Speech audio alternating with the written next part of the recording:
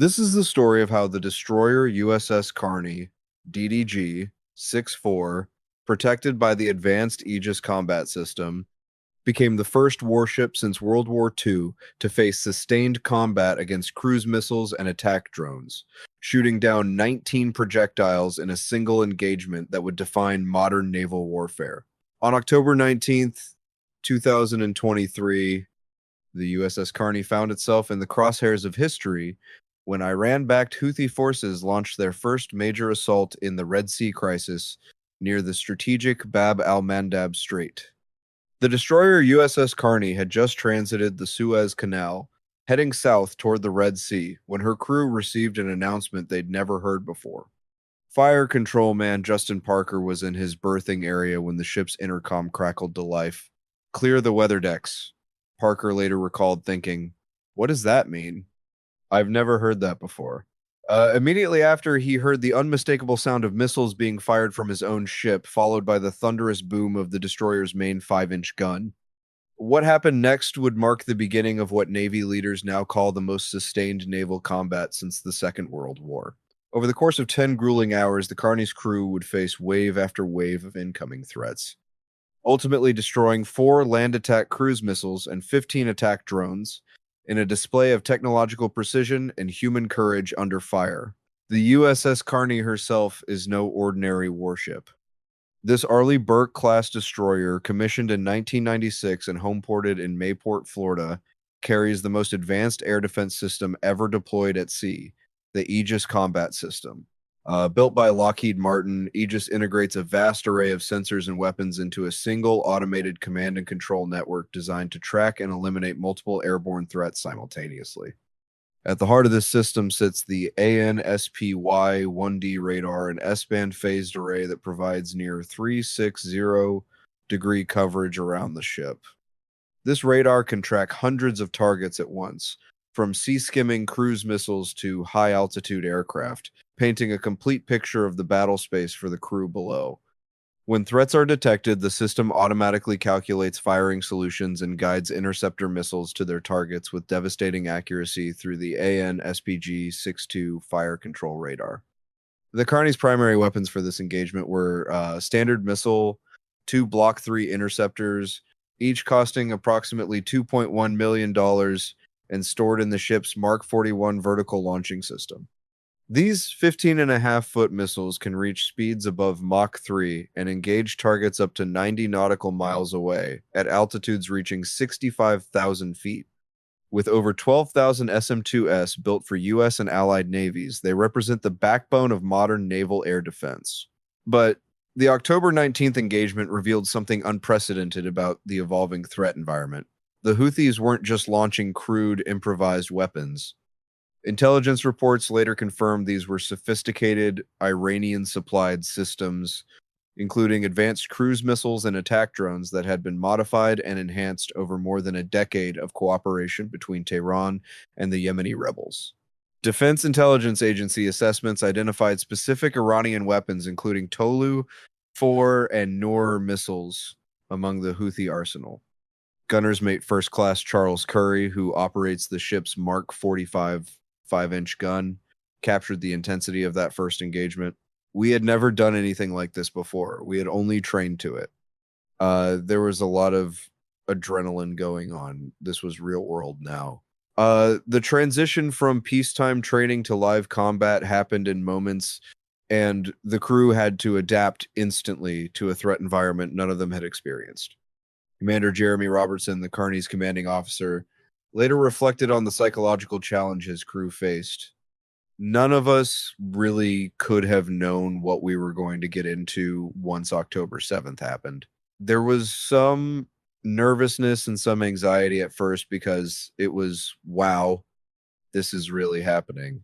The team was there, they were in the moment, and it was amazing to see how quickly they transitioned into a battle mindset. What made this engagement particularly remarkable wasn't just the number of threats intercepted, but the sustained nature of the attack. Unlike the brief, intense air battles of previous conflicts, the Carney faced incoming projectiles over nearly 10 hours, requiring constant vigilance and repeated defensive actions.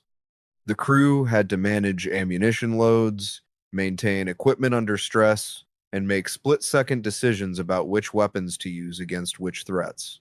The cost calculations were staggering. Each standard missile, 2 fired, cost more than many houses, while newer RIM 174 standard missile 6SM6 interceptors run upwards of $4 million per shot. Some retired surface warfare officers noted that the Carney's crew made strategic use of their 5-inch gun against certain drone targets, conserving precious missile inventory for the most dangerous threats. This tactical flexibility would prove crucial as the engagement dragged on. The success of October 19th established a template that would be repeated dozens of times over the following months. The Carney would eventually participate in 51 combat engagements during her 7-month deployment, making her crew eligible for the Combat Action Ribbon, the first Navy personnel to receive this decoration since the Gulf War in 1991. 7 Navy ships would face more than 20 combat instances between October 2023 and April 2024, fundamentally changing how the service thinks about modern warfare. But the Red Sea crisis also revealed the limitations of purely defensive operations. Despite repeated U.S. and coalition strikes against Houthi positions in Yemen through Operation Poseidon Archer and the broader Operation Prosperity Guardian defensive mission, the attacks continued to intensify.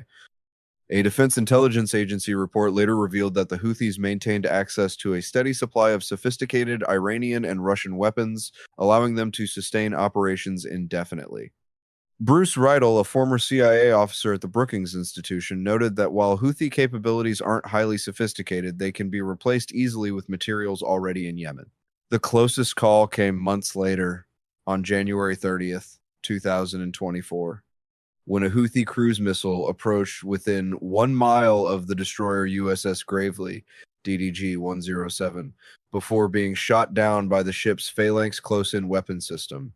This radar-guided cannon represents the absolute last line of defense, designed to engage threats that have penetrated all other defensive layers. The fact that a Houthi missile got close enough to trigger CIWS deployment sent shockwaves through naval leadership.